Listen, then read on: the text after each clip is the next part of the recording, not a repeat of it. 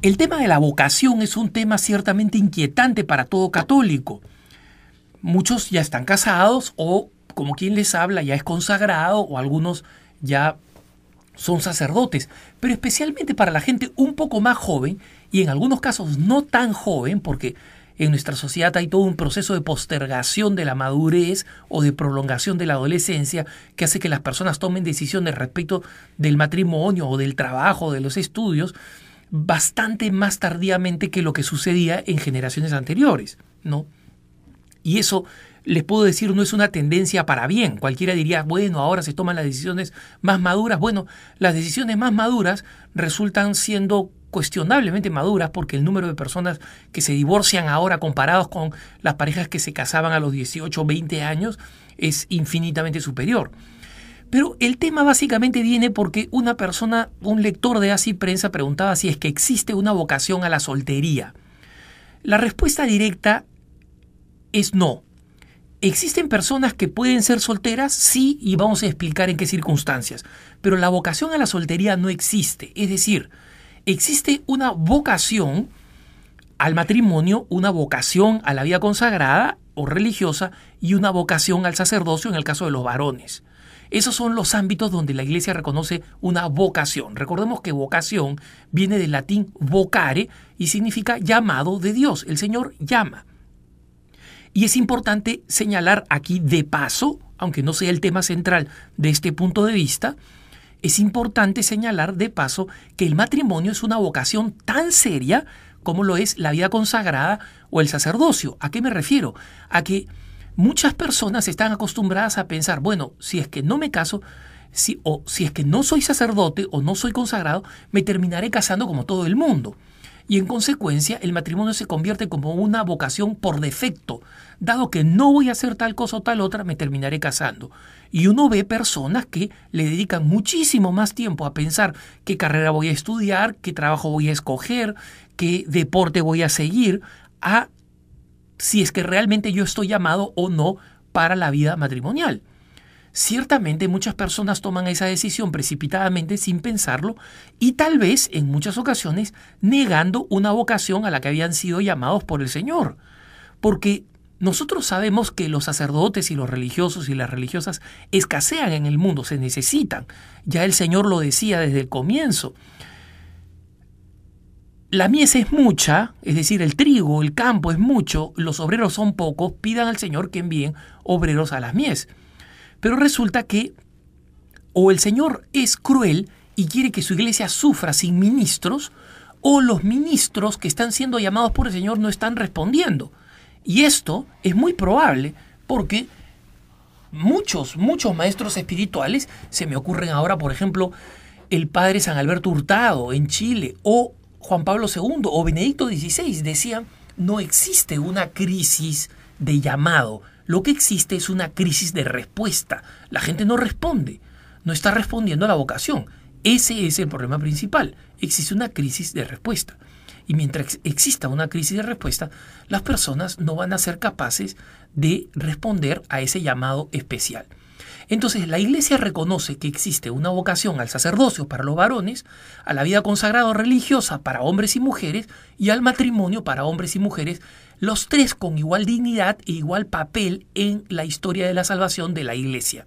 La soltería es un proceso, es una circunstancia a través de la cual nosotros vamos discerniendo para llegar a ese punto común y definitivo. Ahora, ¿existen católicos que de buena fe viven como solteros? Sí, existen. ¿Y que se santifican como solteros? Sí. ¿Es una forma común y habitual? No, porque todo hombre y mujer está llamado a ser padre y a ejercer esa paternidad, ya sea espiritualmente en el sacerdocio, la vida consagrada o religiosa, o físicamente a través del matrimonio, ya sea en el caso de un hombre o de una mujer. Sin embargo, existen tres condiciones en las cuales una persona podría encontrar como único camino dentro de su vida cristiana la soltería. En primer lugar, conocemos los casos de personas con inclinaciones homosexuales profundamente acendradas y que no son capaces de, revertir esta tendencia y volver a la heterosexualidad.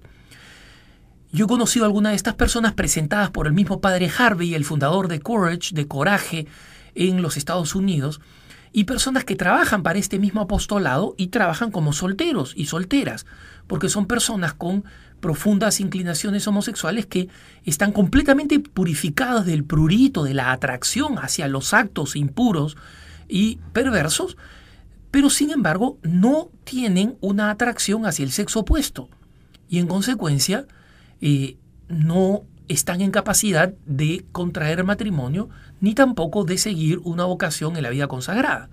Un segundo caso es el caso de las personas que tienen determinadas particularidades o problemáticas, etcétera, que los hace no ser capaces de poder vivir en una vida comunitaria o en una vida matrimonial. Conozco personas que son magníficas personas, maravillosas, grandes servidores y servidoras en la iglesia, pero que simplemente tienen características personales muy acendradas que les impide ya sea convivir en un matrimonio, ya sea convivir en una comunidad. El tercer caso son los casos rarísimos, pero existentes y que además se remontan a una antiquísima tradición en la iglesia, en el caso de las mujeres, de las vírgenes consagradas, ¿no? En el caso de las vírgenes consagradas son mujeres solteras que consagran su pureza al Señor, su castidad al Señor para dedicarse a servir a la iglesia en distintas funciones. Y estas personas ciertamente son personas de un gran corazón y de una gran generosidad que sirven de una manera magnífica y generosa. Finalmente, en el caso de los varones, existen llamados especialísimos, rarísimos en la historia de la iglesia. Se me viene a la cabeza San Benito José de Labre, por ejemplo, que tuvo el llamado del Señor a ser un mendigo peregrinante y santificarse así, ¿no? Pero estos casos son extrañísimos, no abundan en los santorales, no abundan en la tradición de la historia y en consecuencia lo más sano es decir, si una persona no posee dificultades personales o inclinaciones homosexuales demasiado acendradas, la soltería debe ser un camino de paso, porque cuando la iglesia describe las vocaciones, describe vocaciones al sacerdocio, a la vida consagrada y a la vida matrimonial, y no describe ni contempla una vocación específica a la soltería. Que tengas un buen día.